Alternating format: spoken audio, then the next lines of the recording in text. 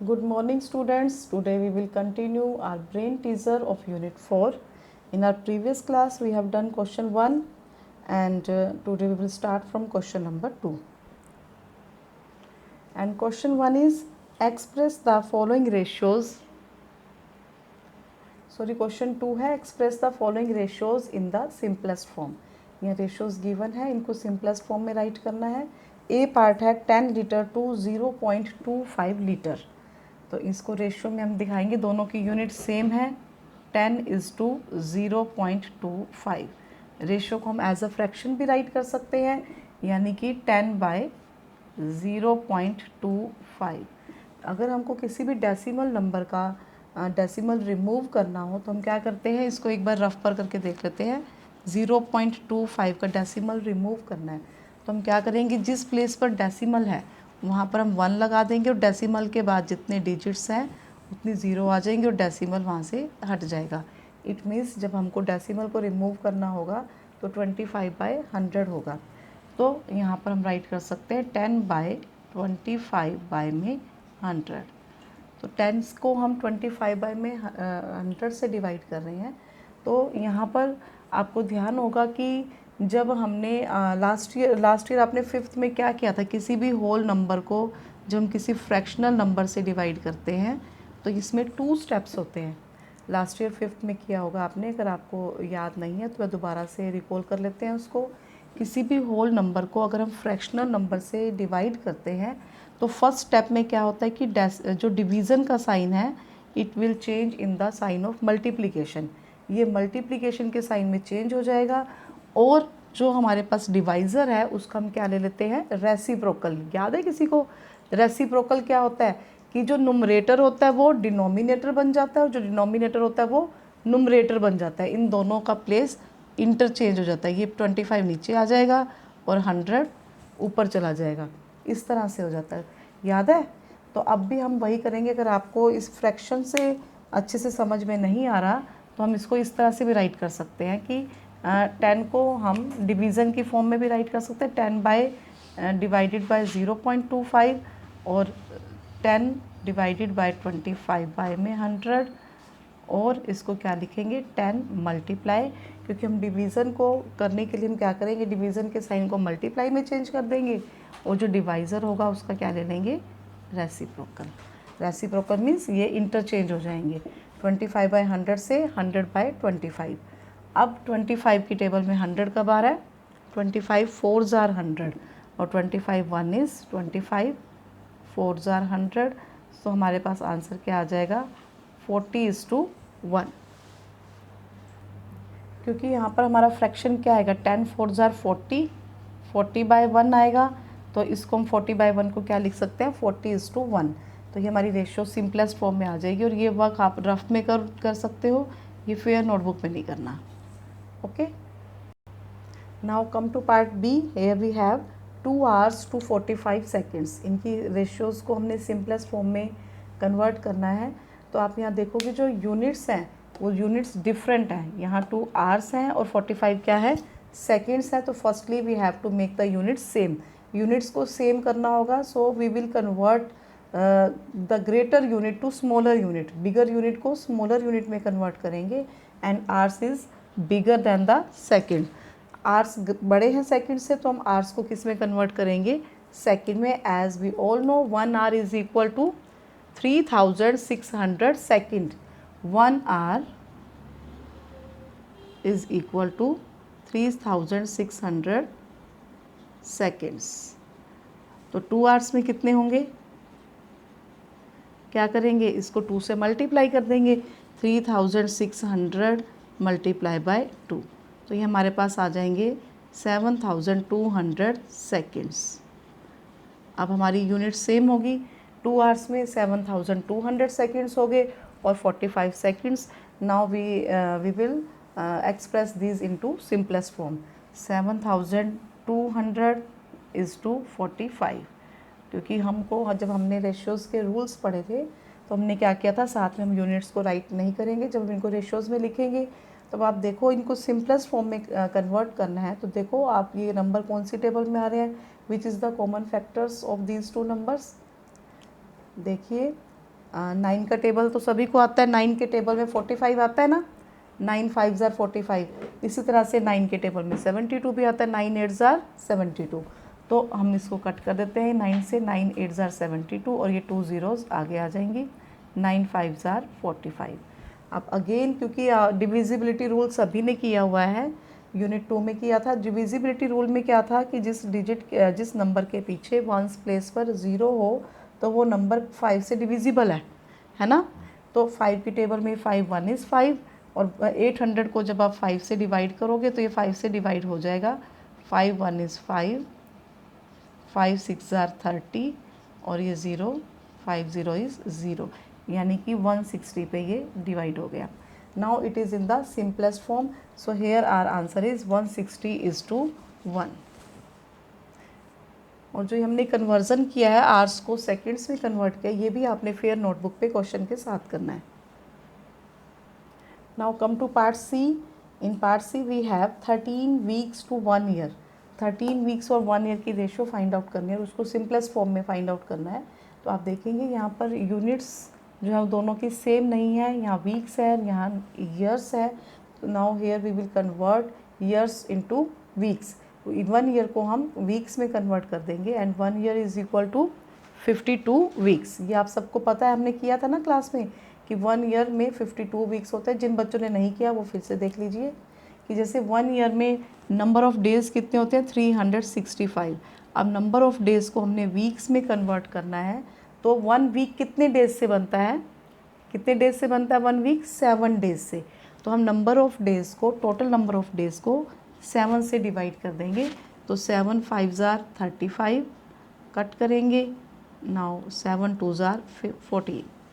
अब यहाँ पर जो क्वोशेंट है ये क्या बन जाएगा, 52 वीक्स और जो रिमाइंडर रह गया ये 1 डे रह गया, कि पूरे 1 ईयर में 52 वीक्स और 1 डे उसके साथ एक्स्ट्रा होता है। और अगर हमारा लीप ईयर हो जाए ये, यानी कि 366 डेज़ हो जाएं, तो यहाँ पर हमारे पास 2 डेज़ रिमेनिंग बच जाते हैं, यानी कि 52 वीक्स के साथ 2 डेज़ एक्स्ट्रा होते हैं। It means number of weeks तो हमेशा ही कितने रहेंगे, 52 वीक्स ही रहेंगे 1 ईयर में। ओके, तो आपने ये तो नहीं करना अपनी फेयर नोटबुक पे, बस आपने बताना है कि 1 year is equal to 52 weeks. And now इसको हम कन्वर्ट करेंगे सिंपलेस्ट फॉर्म में, 13 इज़ टू 52। अब 13 का टेबल सभी को आता है। 13 का टेबल में दोनों का कॉमन फैक्टर 13 है। 13 के टेबल में 13 1 पर आता है और 13 1 इज़ 13 एंड 13 4 ज़ार 52। तो हमारा आंसर क्या आ जाएगा, 1 इज़ टू 4। ये सिंपलेस्ट फॉर्म में हमने इसको कन्वर्ट कर दिया। नेक्स्ट है D part, 1 century is equal to 1 decade. अब यहाँ देखिए सेंचुरी में क्या होता है, सेंचुरी में 100 होते हैं, सेंचुरी में 100 होते हैं, नंबर ऑफ़ क्वांटिटीज़ 100 होंगी। सेंचुरी में अगर वो रन्स की बात करें, जैसे आपने सुना होगा क्रिकेट का जब मैच होता है कि इस क्रिकेटर ने इस बार सेंचुरी मारी, इट मीन्स उसने 100 रन्स बनाए हैं, ऐसे ही होता है ना। तो अगर 100 रन्स की बात हो रही है तो सेंचुरी में 100 रन्स आएंगे। कोई भी किसी भी चीज़ की बात हो तो इट मीन्स सेंचुरी में की जो क्वांटिटी होती है नंबर ऑफ़ आइटम्स उसमें कितनी आएंगी, 100। इसी तरह से डिकेड में नंबर ऑफ़ आइटम्स कितनी आएंगी, 10। तो हम सेंचुरी और डिकेड्स दोनों सेपरेट यूनिट्स है, दोनों यूनिट सेम नहीं है ना, तो इनको हम नंबर्स में कन्वर्ट कर देंगे। 1 century is equal to 100 and 1 decade is equal to 10। तो आप ये नोटबुक पे लिखोगे 1 century is equal to 100 units या 100 आइटम्स और 1 decade is equal to 10। Now we will find the ratio of 100 is to 10, क्योंकि पहले सेंचुरी राइट किया हुआ तो हम पहले 100 लिखेंगे, फिर डिकेड है तो फिर हम 10 लिखेंगे। अब इसको सिंपलेस्ट फॉर्म में देखो, 10 की टेबल में दोनों ही नंबर आ रहे हैं, 10 10s are 100 और 10 1 is 10। So here our answer is 10 is to 1। Now come to question number 3। Question number 3 है, are the following in proportion. आपको चेक करना है कि जो टर्म्स दी हुई हैं क्या ये प्रोपोर्शन में है या नहीं। तो इसका ए पार्ट तो इजी है, 16 64 18 और 72, ये आप खुद से करोगे। बी पार्ट में डेसिमल है, ये मैं करवा देती हूँ। तो ए पार्ट इजी है, वो आप खुद से कर सकते हैं क्योंकि पूरी वर्कशीट भी की है ना आपने इसके ऊपर बेस्ड। तो बी पार्ट में है 1.8 4 0.6 और 5। हमको चेक करना है कि whether these are in proportion और नॉट। तो हम सबसे पहले लिखेंगे, इनको राइट करेंगे। ये फर्स्ट टर्म है, ये second term, then this one is third, और ये फोर्थ, जिसमें से सेकंड और थर्ड टर्म क्या है, मीन्स, और फर्स्ट एंड फोर्थ टर्म क्या है, एक्सट्रीम्स। तो हम क्या फाइंड आउट करेंगे कि प्रोपोर्शन में है या नहीं। Firstly we will find product of means, यानी कि 4 को 0.6 से मल्टीप्लाई करेंगे, इनको सिंपली मल्टीप्लाई करेंगे, 4 6 आर 24, डेसिमल को इग्नोर करते हुए। अब देखेंगे कि जब डेसिमल के बाद 1 डिजिट है तो आंसर में भी पीछे से राइट हैंड साइड से 1 डिजिट छोड़ के डेसिमल लगा देंगे। नेक्स्ट है प्रोडक्ट ऑफ एक्सट्रीम्स, तो 1.8 को 5 से मल्टीप्लाई करना है, तो हम डेसिमल को इग्नोर करते हुए सिंपली मल्टीप्लाई करेंगे। 1.8 मल्टीप्लाई बाय 5, हम सोचेंगे कि डेसिमल नहीं है, तो 18 5 ज़र क्या होगा, 90, लेकिन यहाँ पर डेसिमल था, और डेसिमल के बाद कितने डिजिट है, 1 डिजिट है, तो हम राइट हैंड साइड से 1 डिजिट काउंट करेंगे और डेसिमल लगा देंगे। Then we get 9.0। तो इन दोनों का आंसर सेम नहीं आया, ये सेम नहीं है, so these are not in proportion, तो ये प्रोपोर्शन में नहीं है। Now come to question number 4, fill in the boxes so that the numbers are in proportion. इन ये जो ब्लैंक बॉक्सेस है इसमें वो नंबर हमने राइट करना है ताकि ये सभी प्रोपोर्शन में आ जाए। तो here we have numbers 1000, 500, 200 and blank box. तो हम सपोज करेंगे ब्लैंक बॉक्स में जो नंबर है that is A, small letter A ले लिया हमने। अब हमने ये जो ए की जो वैल्यू आएगी उस वैल्यू से ये सभी नंबर्स क्या होंगे, प्रोपोर्शन में होंगे। अगर ये प्रोपोर्शन में होंगे तो क्या होगा, product of means is equal to product of extreme, वो दोनों सेम होनी चाहिए ना, तभी प्रोपोर्शन में होंगे। तो हमने क्या किया, मीन्स लिए, एक्सट्रीम्स लिए, फिर प्रोडक्ट ऑफ एक्सट्रीम किसके इक्वल है, प्रोडक्ट ऑफ मीन्स के, ठीक है। लेकिन प्रोडक्ट ऑफ एक्सट्रीम में 1 नंबर हमारे पास क्या है, ए, जिसकी वैल्यू हमको फाइंड आउट करनी है, तो उसको तो हम यहीं रखेंगे और उसके साथ जो मल्टीप्लाई है उसको हम दूसरी तरफ ले जाएंगे, जो इन दोनों नंबर के क्या हो जाएगा, डिवीज़न में आ जाएगा। क्लियर, समझ में आ रहा है ना सभी को। क्या करना है इसमें, हमको वो नंबर लेना है कि जिससे ये सभी प्रोपोर्शन में हो जाएं। अगर ये प्रोपोर्शन में हो जाएंगे तो इट मीन्स ये इक्वल होंगे, तभी प्रोपोर्शन में होंगे, तो हमने इक्वल पहले से ही लगा दिया, ठीक है। अब ए की वैल्यू फाइंड आउट करनी है तो ए को यहीं रखेंगे, 1000 वहाँ पर डिवीज़न में आ जाएगा। अब देखो 1000 की 2 ज़ीरोज़ तो इस 2 ज़ीरो से कट जाएगी, और 1 ज़ीरो 50 की 1 ज़ीरो से कट जाएगी। अब 52 ज़ार 100, इट मीन्स ए की वैल्यू क्या है यहाँ पर 100 आ जाएगी, जिससे इस किस में आ जाएंगे, प्रोपोर्शन में। आप इसको रीचेक भी कर सकते हो, देखो रफ में करना है ये रीचेक। 1000 इज़ टू 500 है, तो इसको हम क्या लिख सकते हैं, 1000 बाय में 500, 2 ज़ीरो से 2 ज़ीरो कट गई, 5 1 इज़ 5, 5 2 ज़ार 10, यानी कि 2:1 आ गई रेशो।